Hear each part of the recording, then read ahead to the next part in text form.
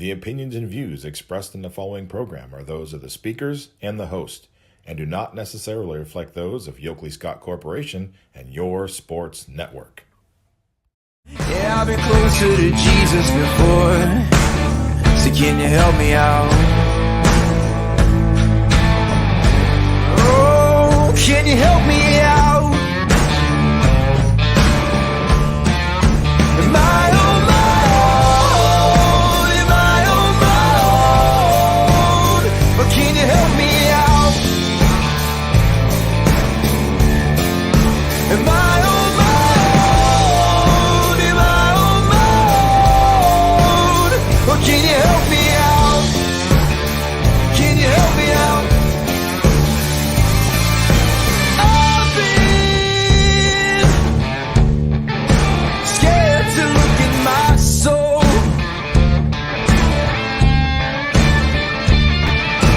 I've been afraid I would follow the road. Yeah, afraid of the things I've been told. And hello, everybody. Welcome inside a brand new week and a brand new month of Running Point on YSNLive.com. This is Monday, July 1st. We are officially in July, and we are brought to you, as always, in July, like every other month, by Greenwood Chevrolet in Austintown. You'll put them in the top right-hand corner right there, so you know where to go if you're in the market for a new or used vehicle.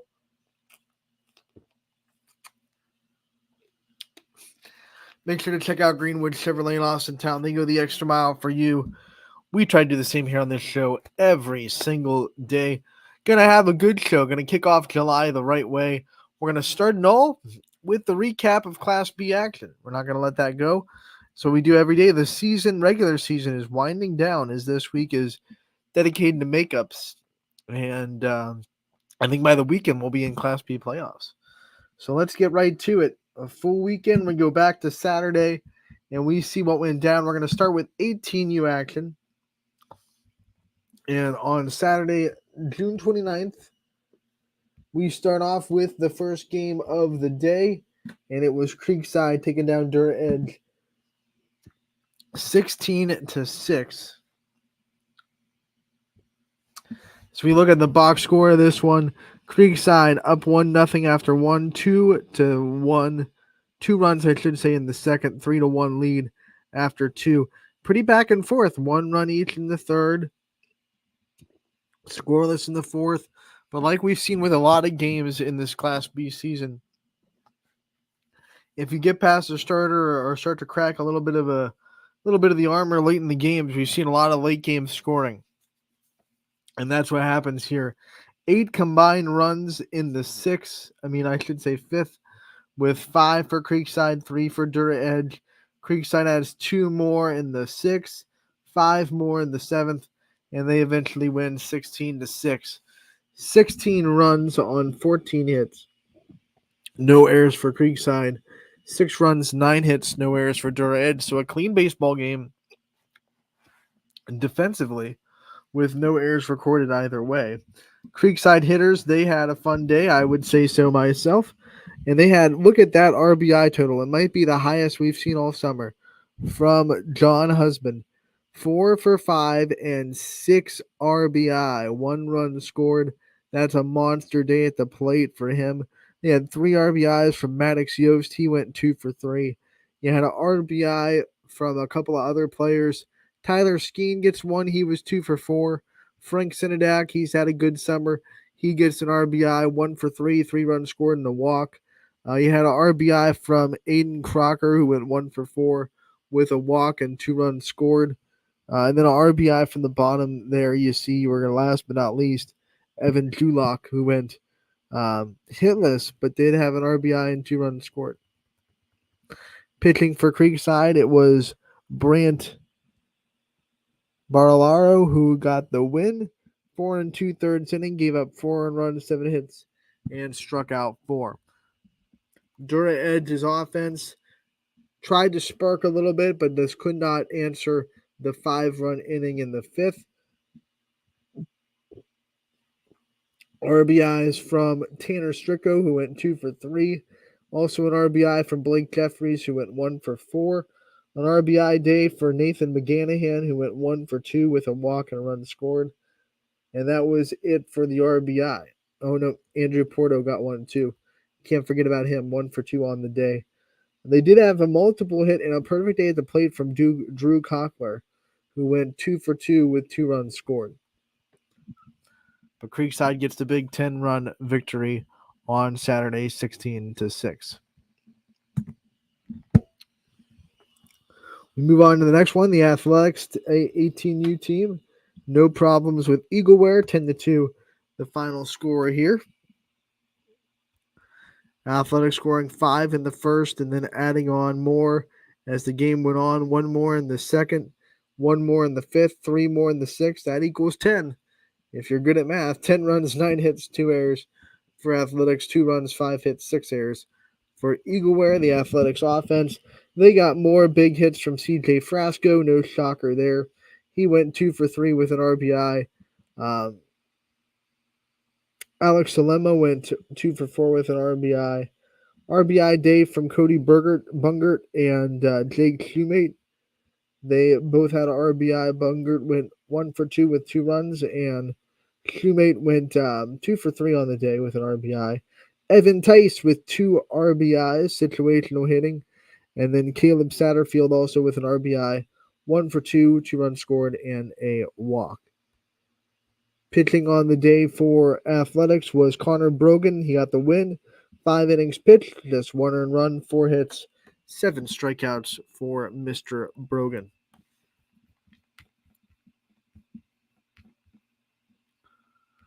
We go to the next game. It is the 3B Barons against the Avalanche. And the Barons keep on winning. We're going to see them and what kind of hot streak they're on when we go into the standings in a little bit because they had a big weekend. They win 10-4 over the Avalanche.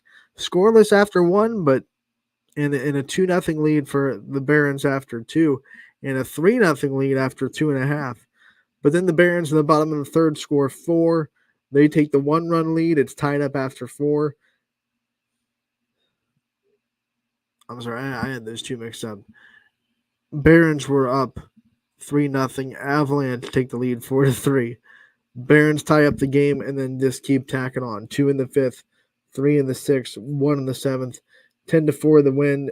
10 runs, 11 hits, 3 errors for the Barons. 4 runs, 7 hits, 4 errors for Avalanche. The Barons got 3 RBIs from Callan Durbin, who went 3 for 4 on the day. They had a pair of RBI as well from Joey Campoli.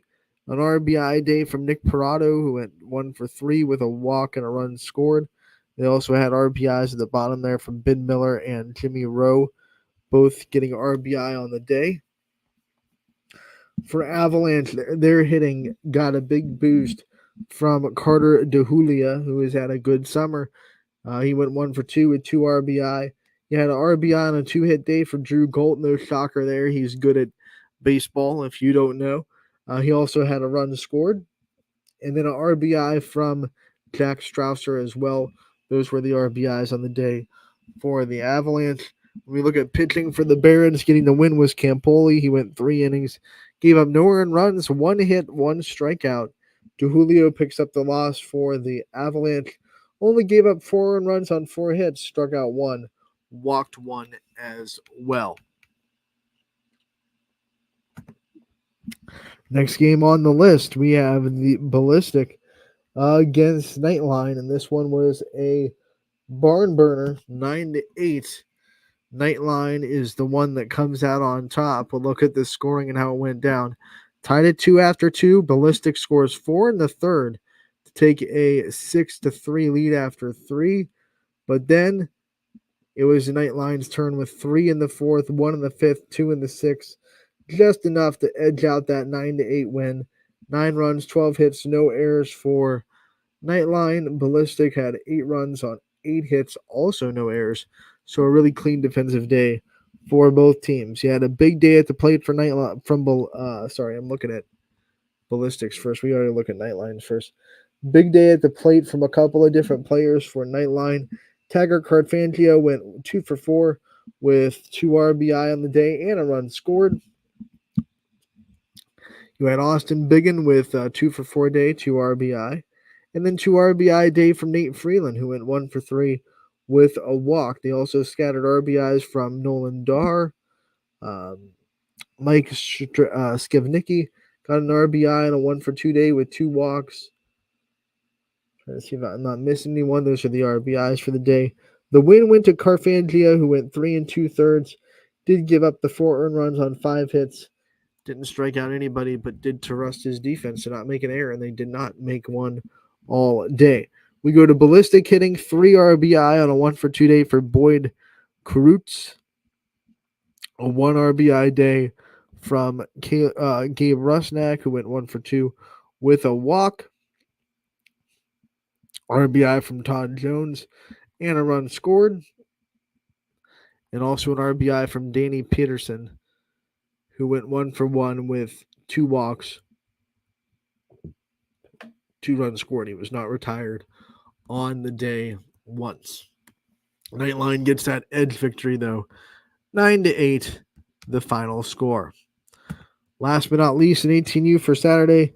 The Astro Falcons take care of Prospects 18-1. A lot of offense in this one and good pitching for the Astro Falcons. 5-0 after 1, 2 in the second, 6 in the third, 5 in the fifth. The run rule victory, 18-1. They had 4 RBIs from Grayson Hooks. You had a pair of RBIs from Liam McElroy and a pair from Andres Hermans. He went 2 for 4 with 2 runs scored. You had 2 RBIs on 2 walks for Ari Fox with 2 runs scored as well. Dawson Wallace got the win on the mound. 5 innings pitched, gave up no earned runs, 2 hits, and 2 strikeouts. Those 2 hits for Prospects came from Hunter Stacy. He had a 1 for 2 day. And then Trainer Janasco went 1 for 3. So those were the 2 hits on the day for Prospects. That does it for 18U's Saturday, but they had a busy Sunday as well. They had makeup games to get done. 8 games on Sunday. Let's go look at those. So these are the Sunday games. As you can see, 3 makeup games that had to take place. And Dura Edge made the most of their makeup game as they get the win over the Astro Falcons 12-6. A big upset for Dura Edge. They had 5 runs in the 4th after trailing 2-0. 2 more in the 5th. 5 more in the 6th. It was an offensive onslaught.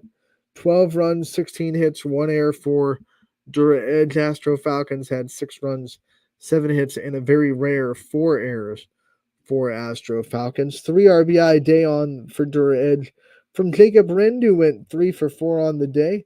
They also had 2 RBIs from Ethan Fiesel, who went 2 for 3. 3 separate RBIs from the trio of Parker Dobson, Andrew Porto, and Eddie Dolansky. They all had RBIs. Porto and Dolansky had 2 hits on the day. It's a big offensive juggernaut. 9 runs driven in out of the 12 runs they scored. For the Astro Falcons, they had an RBI from Hooks, who had a big day on Saturday. They had an RBI from Liam McElroy, 2 RBIs from Rowan Urbach, 1 RBI apiece from Jay Rona and AJ Verdi, 2 for 3 for Verdi, and 2 for 4 for Rona. Dura Edge on the mound, it was Ronnie Trimble Jr. They got the win. 5 innings pitched, just gave up the 3 earned runs, 4 hits, only struck out 1. That is a theme mostly for the Astro Falcons. They don't strike out a ton, but it didn't bother Dura Edge. They get the 6-run victory. I'd have to go through the whole schedule, but I think that's the biggest loss the Astro Falcons have suffered all year as far as run differential goes. Next one is Athletics and Prospects, And the Prospects get the shutout victory 4-0, a pitcher's duel in this one. We saw a lot of offense so far in this recap, but this one went to the pitchers. Prospects with 1 in the 3rd, 1 in the 4th, 2 in the 7th, and they have 4 runs on 6 hits, no errors. Athletics, no runs on 4 hits, 3 errors. When we look at what did the job for prospects offensively, it was a big 2 RBI day from Ethan Powell, who went 2 for 3 on the day. 1 RBI from Landon Turner as well. They had 3 RBI on the day. But the big story for them was their pitching, and it was Mason Naraki who got the win. 7 innings, no runs, 4 hits, and a big 7 strikeouts as well. CJ Frasco got a hit for Athletics. So did Alex Salima.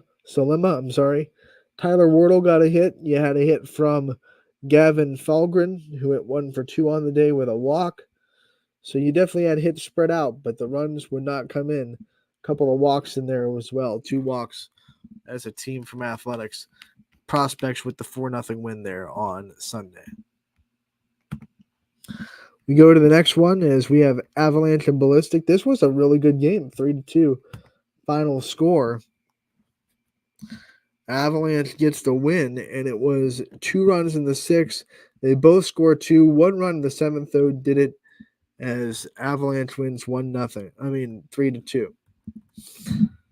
We look at the RBI numbers for Avalanche. 3 for 4 a day for Nick Solderich, who also had an RBI and a run scored. You had an RBI from Owen Dye and also an RBI from Drew Galt, who, once again, very good at baseball. No shocker there. He was perfect at the plate 1 for 1 day. Avalanche pitching, though, was the story. Noah Philson, 7 innings pitched, no earned runs, 4 hits, 5 strikeouts.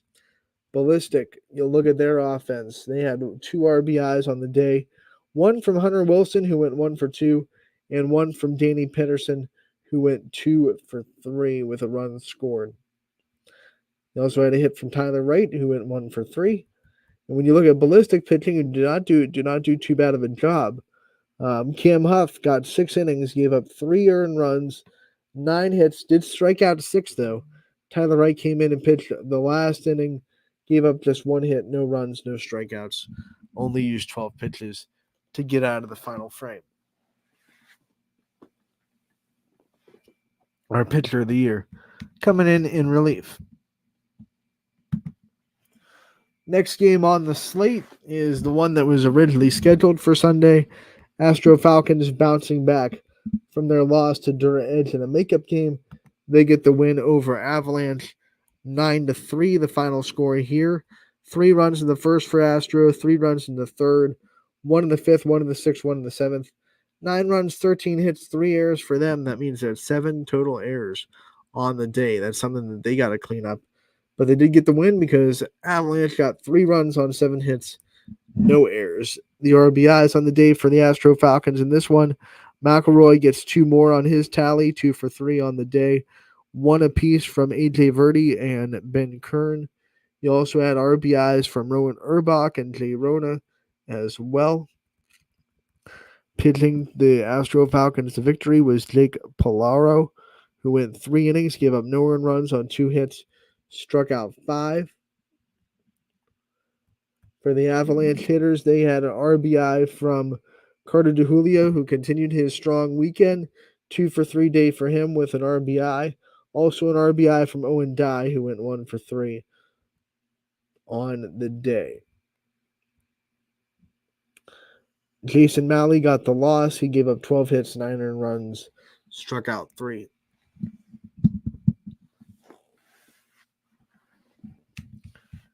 We go on to the next one, and it is going to be Athletics getting the best of Ballistic in a high-scoring and close game, 10-9.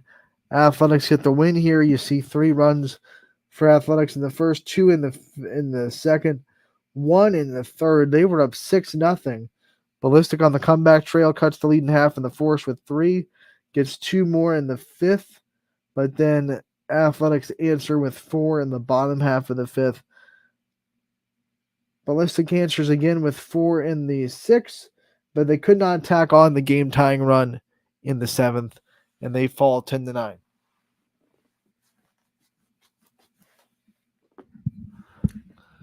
So let's look at the Athletics hitters in this one. 3 RBI day from Evan Tice. Perfect at the plate on a 3-for-3 day. You had RBIs as well from Tyler Wardle. Jake Wallace had an RBI. You had RBI from Jake Shoemate and an RBI from Luke Gehring as well, who went 1-for-2. So a lot of RBI spread around for the Athletics batting order. Brendan Ray got the win on the mound. He went 5 innings, gave up the 5 earned runs on 11 hits, but also 7 strikeouts. For the ballistic offense, you had an RBI, 2 RBI day, I should say, from RJ Fisher, who went 2-for-4, and also a 2 RBI day from Hunter Wilson, who went 1-for-4. An RBI from Elijah Muckle.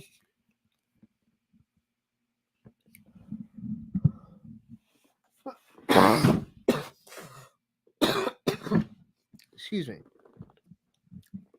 And then an RBI on the day from a perfect day at the plate, too. Ian Wong goes 2-for-2 with 2 runs scored and an RBI, so a good day for him. 1-for-3 day for Tyler Wright with an RBI, a walk, and a run scored. Wright also pitched 2/3 of an inning, didn't give up a run, only 1 hit, 1 strikeout. The loss went to Gabe Rusnak, who gave up 3 earned runs, not bad, on 4 1/3, 7 hits, 6 strikeouts, but you see 8 runs total. Only 3 of them earned. That means he was not helped out behind him in this particular day.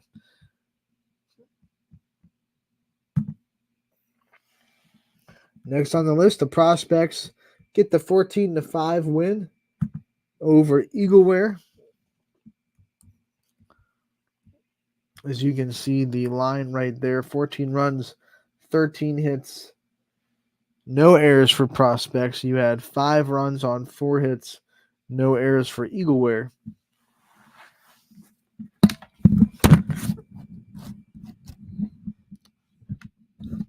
Prospects offense, 2 RBI day from Hunter Stacy, 2 RBI day from Grady Tarzola, who went 2-for-4 on the day. 2 RBIs as well from Reggie Danko, 2-for-4 with a run scored.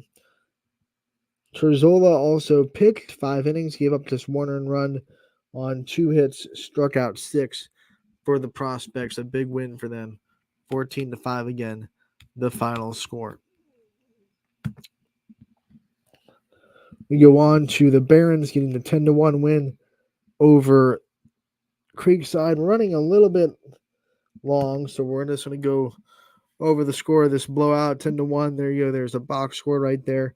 10 runs, 7 hits, 1 error for the Barons. 1 run on 7 hits, 4 errors for Creekside. You can see right there who got the hits for the Barons. I'll leave that up for a minute so you can see both offensive numbers there. 2 RBI day from Callan Durbin for the Barons. And then you see that Nick Parado pitched well.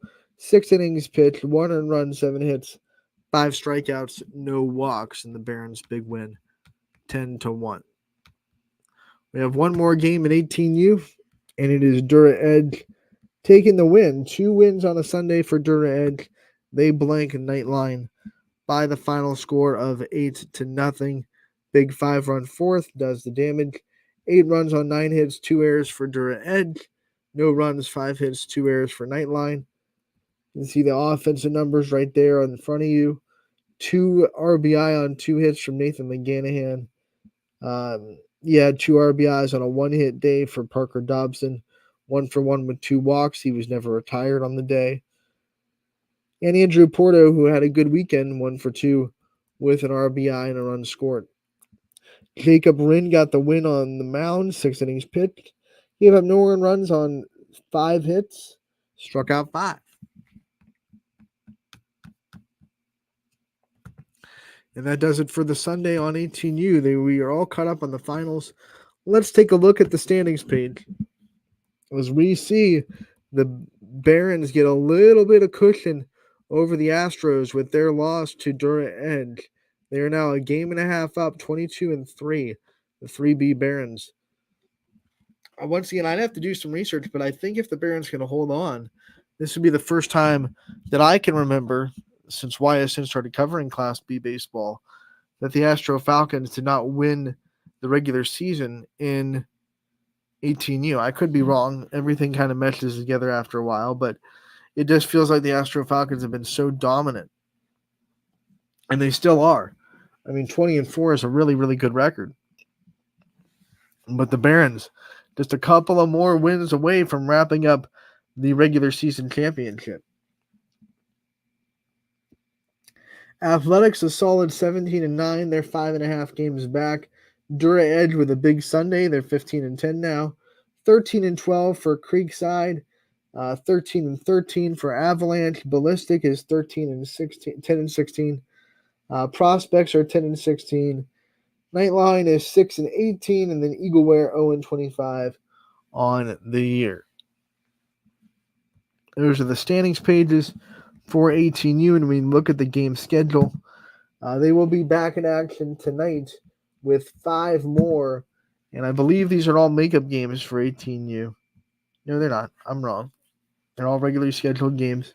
3B Barons against Eagleware, Prospects and Nightline, Ballistic and Creekside, Athletics and Astros should be a really good game. Athletics with 17 wins on the year. That'll be on Scene 1, and then Dura Edge taking on Avalanche. The nightcap on Scene 3. Scene 1 will feature Ballistic and Creekside at 5:30, Astro and Athletics at 8 o'clock. When we look at the spreadsheet for tonight, we'll see who's got to cover on Class B baseball.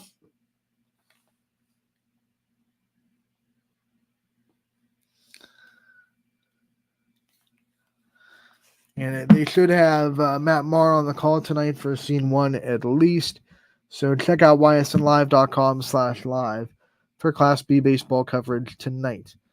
We do have to recap 16U. We're going to do this real quick and then take a commercial break. Over the weekend, 16U had some games, especially the 5 on Sunday. So we're going to go right to... All right, there we go. Sunday. 8 games on Saturday, too. Here are the final scores for your Saturday games. Prospects fall to Athletics 10-9. Creekside beats Avalanche 6-1. Avalanche beats A-Z 9-4. We have Creekside beating Nightline 16-11. Astro Falcons fall to the Prospects 8-5. That's a big win for Prospects. Eagleware gets to win over Ballistic 4-2. The Barons get the win over Athletics 14-8. And Ballistic falls to the 3B Barons 4-3 on Saturday. We go to Sunday.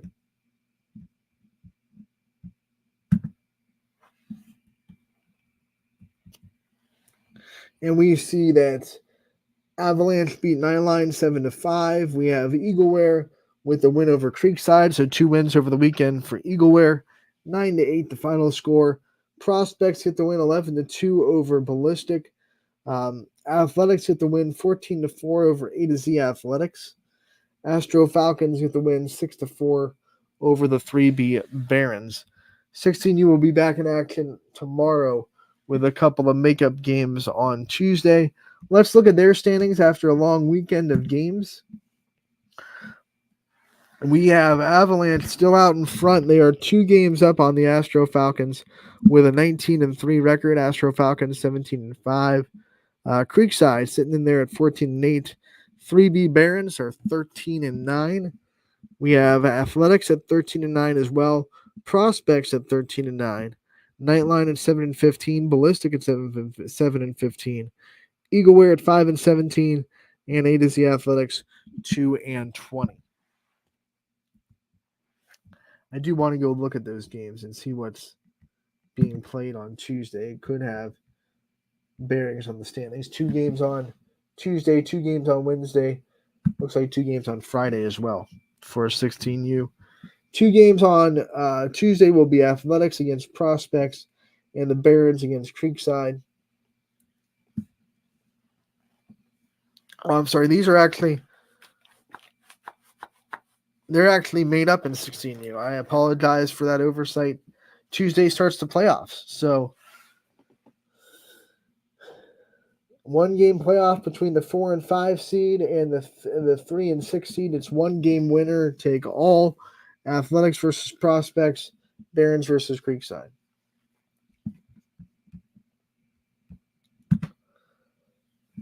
On Wednesday, we will see the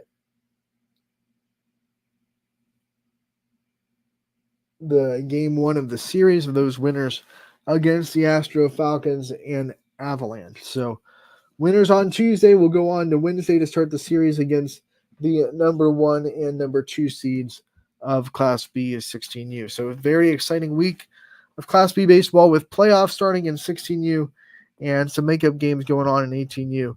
Going to be a fun time. Make sure to tune into all the Class B action, ysnlive.com/live. We have much more to talk about when we get back after this commercial break.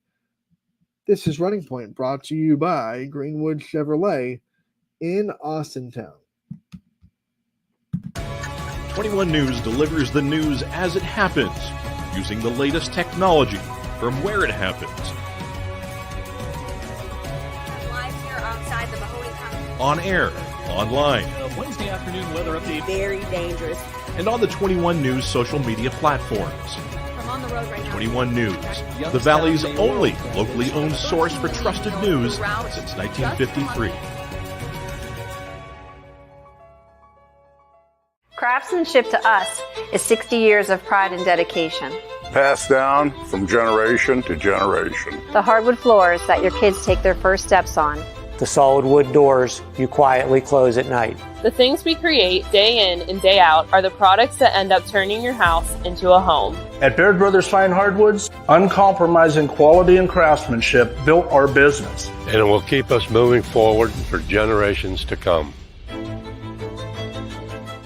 Going the extra mile at Greenwood Chevrolet means we want to take care of the community that takes care of us too. And we have to work together always. And that's how you stay in business for 40 years. You know, I love being a helper because when I help somebody, it makes me feel good.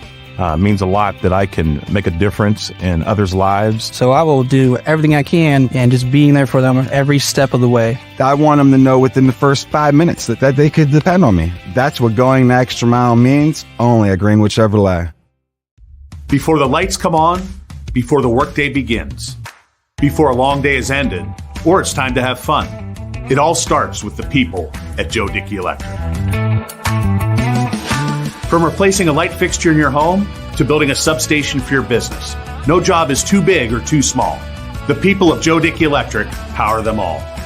Joe Dickey Electric, over 60 years of powering the Mahoning Valley.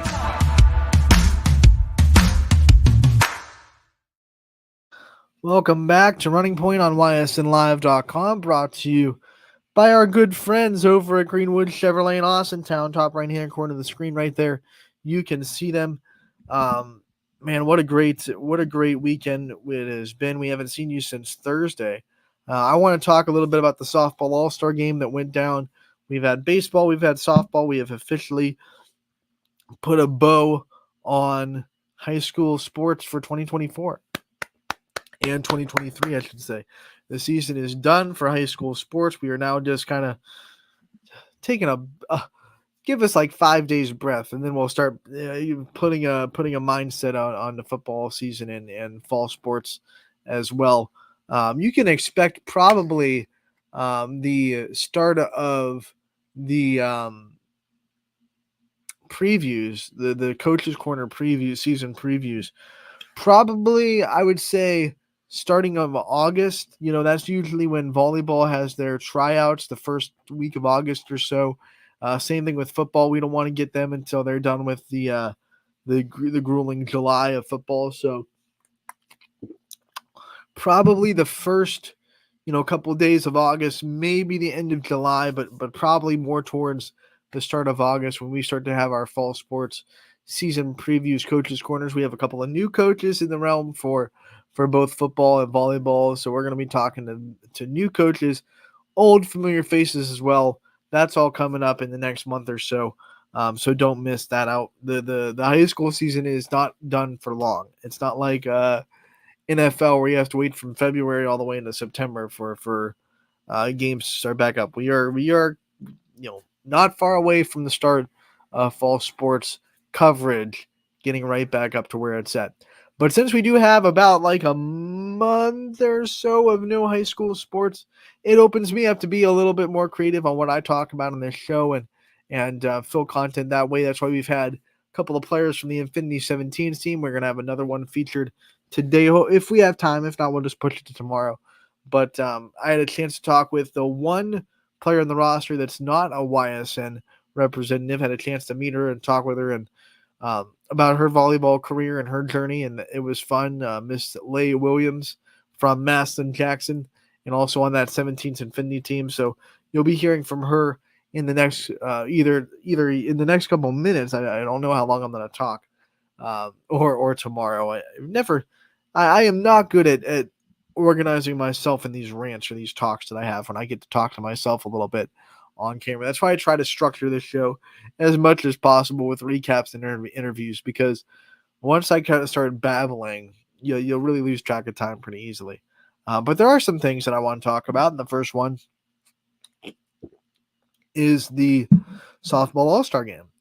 We put a lot of time and effort, like every year, to make sure that game goes off without a hitch. And I feel like, again, we had a successful All-Star game. Everything went smooth. The umpires showed up, which is great. The lights were on, which is great. And YSU was very accommodating. YSU always great partners with them for these softball All-Star games. That is the 4th year in a row we've been at YSU.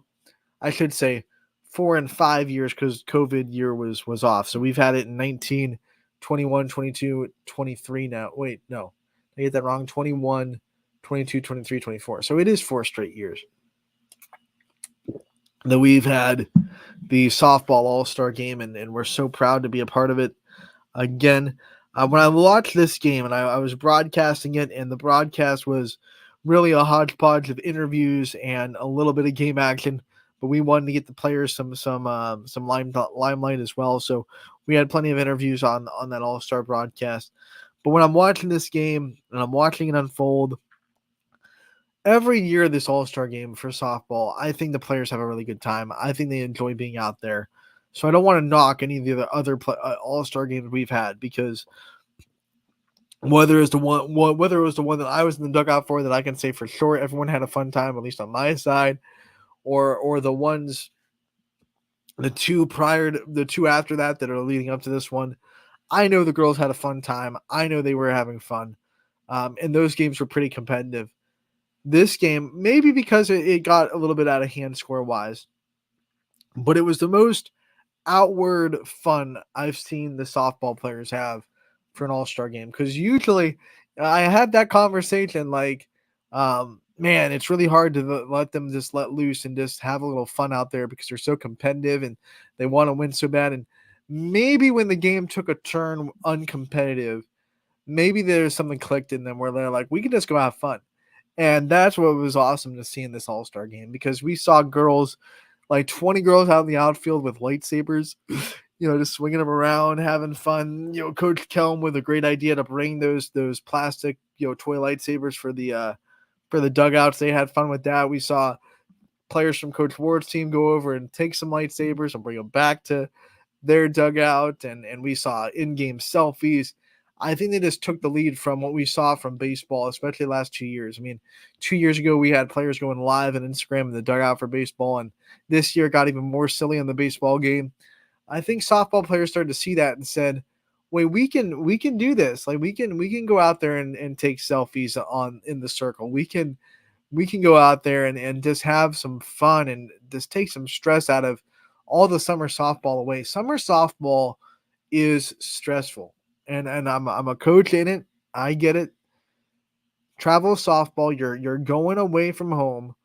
Everyone's focused on trying to get recruited, trying to get better, trying to get on people's radar. There are those goals for summer that get a little stressful. High school, a little bit, but everyone's working for a state championship. Yes, it gets stressful to an extent, but for different reasons. And I think there's more individual stress in the summer for softball. So to see these girls from all different, skill levels, you have girls that are going on to play in national tournaments this weekend, big college showcases, and then you have girls that are playing in local tournaments. But no matter what, you saw them all just let loose a little bit, and that's what was fun. That was really fun to see. And there were still really good softball moments and really good all-star moments that I like to see. I've talked about it with Scotty before. I've said my favorite part of these all-star games are when players that don't get a lot of publicity or don't get talked about a lot because of maybe they don't play on the best team or they're not getting the best records, whatever it may be, come up and prove that they're all-stars, they belong on the field. And we saw one of those moments like Taylor Foster from East Palestine come up with 2 outs and 2 on. She's down in the count, 2 strikes, and she gets an RBI, 2 RBI base hit. Moments like that, that's what I live for. Someone from East Palestine showing that, yes, I belong on this field and I'm going to put my stamp on this game. That was cool. West Branch girls, Josie Milliken was the MVP last year, and both Addie Craven and Josie Milliken came to play again. They both had back-to-back triples. They were next to each other in the lineup. That was all fun to watch. This All-Star game just went really well. We had perfect weather, by the way. We made the absolute right decision. We felt good about that decision to push it from Wednesday to Thursday. We felt kind of stressed about it Monday and Tuesday. We're like, okay, this storm better actually come on Wednesday. It better not get pushed to Thursday. Me and DJ and everyone in the executive staff, but me especially, was going to be really not happy with Mother Nature if that storm got pushed to Thursday somehow. But you look at the weather we had on Thursday, it was just beautiful. It wasn't too hot. It was like 75, 77, and sunny. Just a beautiful day for softball. We got treated by Mother Nature. And what a great game it was. And want to take the time to thank Coach Ward and Coach Kelm for volunteering their time to make that experience as good as it was for the girls. We know that there needs to be, coaches there to bring a little bit of structure to the dugout a little bit and do the organization of that game and make sure that the experience is as good as possible. So we want to thank Coach Ward and Coach Kelm, Coach of the Year for Coach Kelm at YSN, and the 2-time state champion from Austintown, Fitch, and Steve Ward. They both volunteered their time, put in the couple of time before the game to organize the lineups and the matrix, as Coach Ward likes to call it, on who's going to get in win and what innings they're going to have. So I want to thank them for their time. I want to thank the umpires that we had at YSU for coming on and volunteering their time as well. In YSN umpiring gear, grade A right there.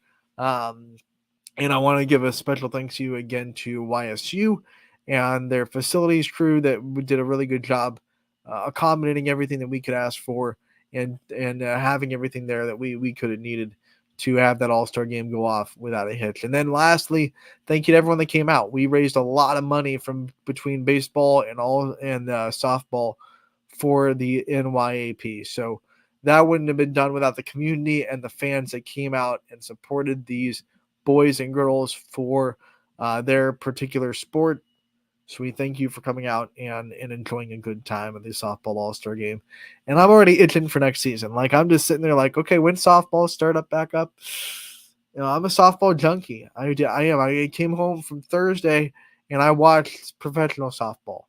And then I coached softball all weekend. And now I'm broadcasting softball tonight. So you can't keep me from a softball field, ladies and gentlemen, which is a nice segue into saying that tonight on YSN Field of Dreams, we will have the District 2 Little League Championships, 10U and 12U softball, Austintown 10U versus Canfield 10U, and Austintown 12U versus Canfield 12U. Is anyone surprised that the 2 state champions in high school also have the 2 teams fighting for a championship in the younger levels? I mean, that's what it's all about. You have to build these programs from the bottom up. You don't just pick these teams from a tree and just say, here you go. In Austintown and Canfield both have tremendous youth programs. And we saw what Austintown 12U was able to do last year, making that big run. And now here they are again trying to do it. Mila Hamley has not given up a single hit in her tournament so far. She has, I think, 18 plus 16, if I remember right. Doing the math real quick, that's what, 34? 30, did I do that right? 34? Yeah, 34.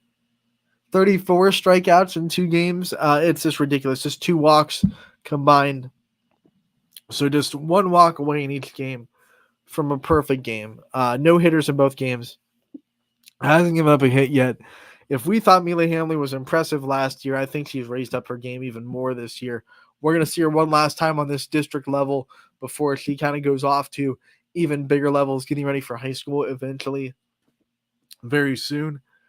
So one last hurrah for Mila Hamley in the 12U division of Little League softball. Can't wait to see her have her quote-unquote swan song at the Field of Dreams. The winner will go on for 12U to play in the state tournament here at McCoon Park in Canfield. We are going to be the hosts of not just a district, but the state tournament. The 12U is going to be on next weekend. So July 11th through the 15th are when these softball state tournaments are as well. So McCoon Park on July 11th through the 15th for 12U softball as well. But tonight, it's all tonight. If Austintown wins both games, that's it. They're done. If Canville comes out and gets a win, then we will play one more game tomorrow, the if necessary game as well. So 6 o'clock for 10U, 8 o'clock for 12U.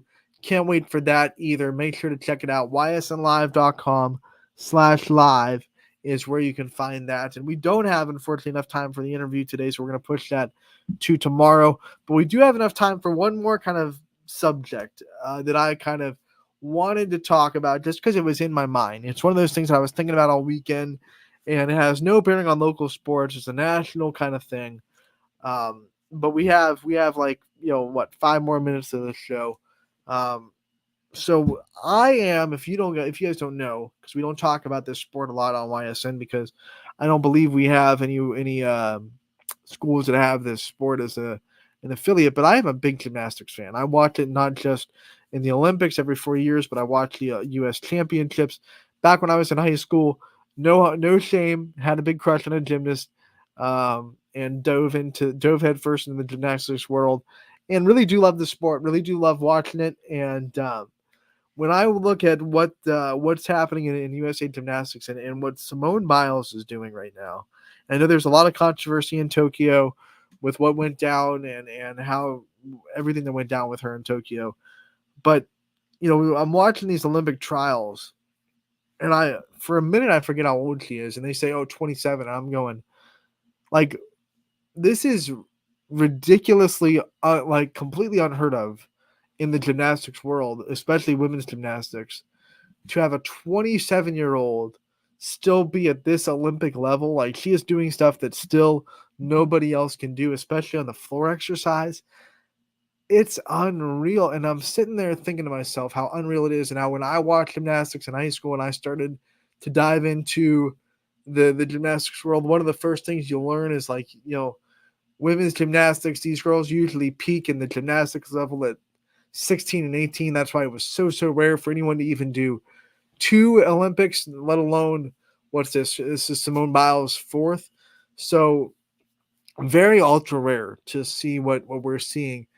But then I started to think about the reasons why we're seeing even Sun Yu Lee have her 2nd straight Olympics. We're starting to see these athletes be able to not just do 1, but 2. And now Simone Biles doing, 4. And I was trying to think, why is that? Why are we?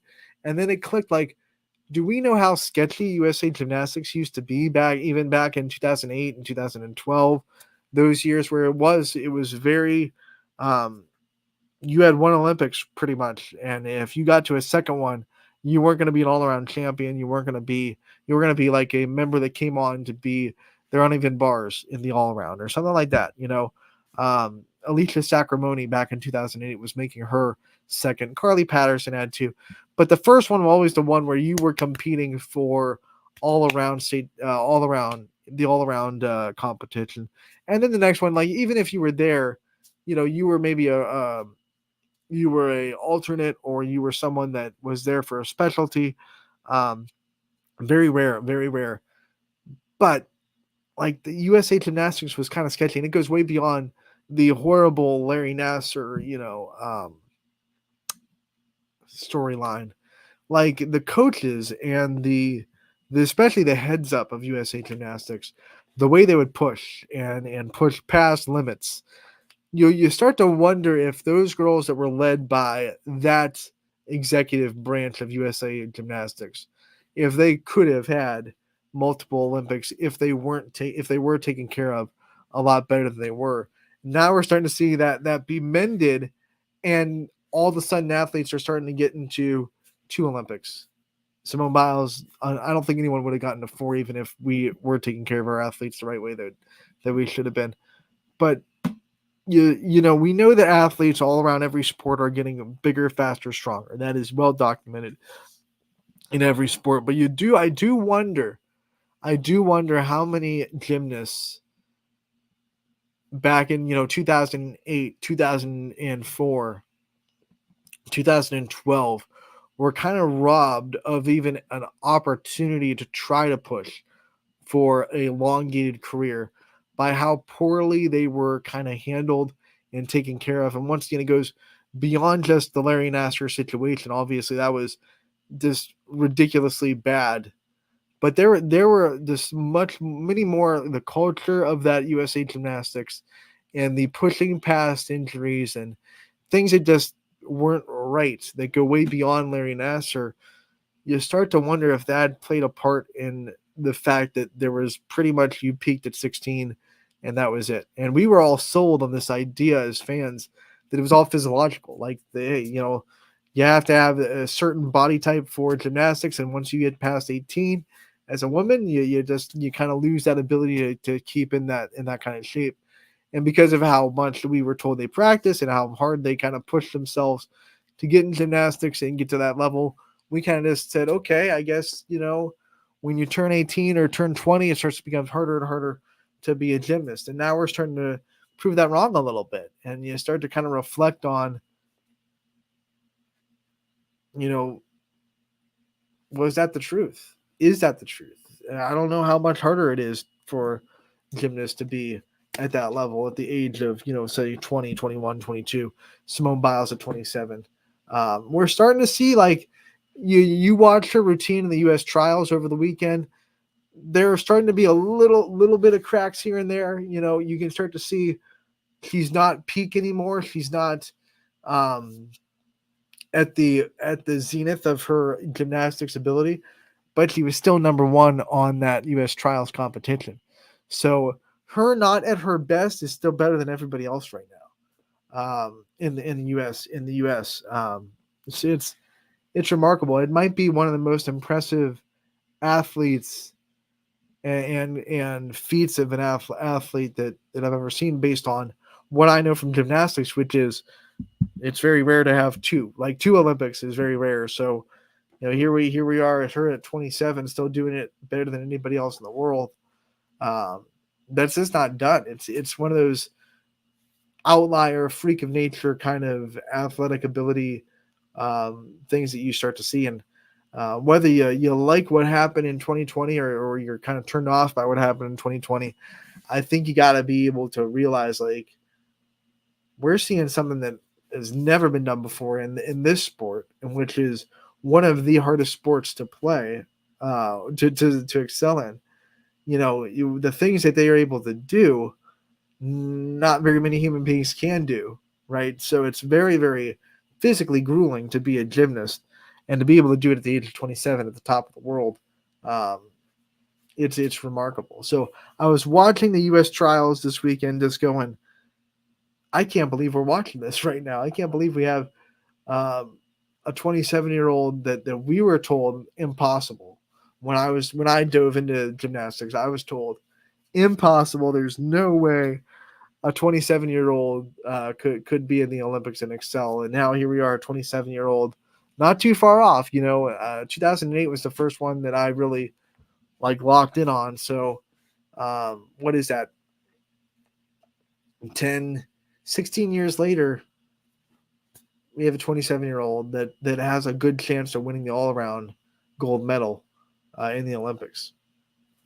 It's something. It's something. Watch and be amazed, and take time to just take in greatness. You know, we as a sports culture, we said this with all the sports. We hear it a lot now in the national media about, you know, the quarterbacks that we've had in the last 10 years, or we say it with, you know, baseball players or even basketball players that we've had in the last 10, 20 years. We start to become a little bit numb to greatness, and let's not do this summer for the Olympics. Let's not become numb to greatness. Let's start to appreciate that we are in a era right now that we've never seen before, and we might not never see again. It's going to be fun. That's my show. Thank you so much for tuning in today. Running Point brought to you by our good friends right there, Greenwood Chevrolet in Austintown. We'll be back tomorrow from 1 to 2. Reminder, tune in tonight, 6 o'clock for 10U softball district championships, 8 o'clock for 12U softball district championships. Both of them, Austintown in the winner's bracket versus Canfield coming out of the loser's bracket. Austintown wins. That is it. They are done. They are the champions.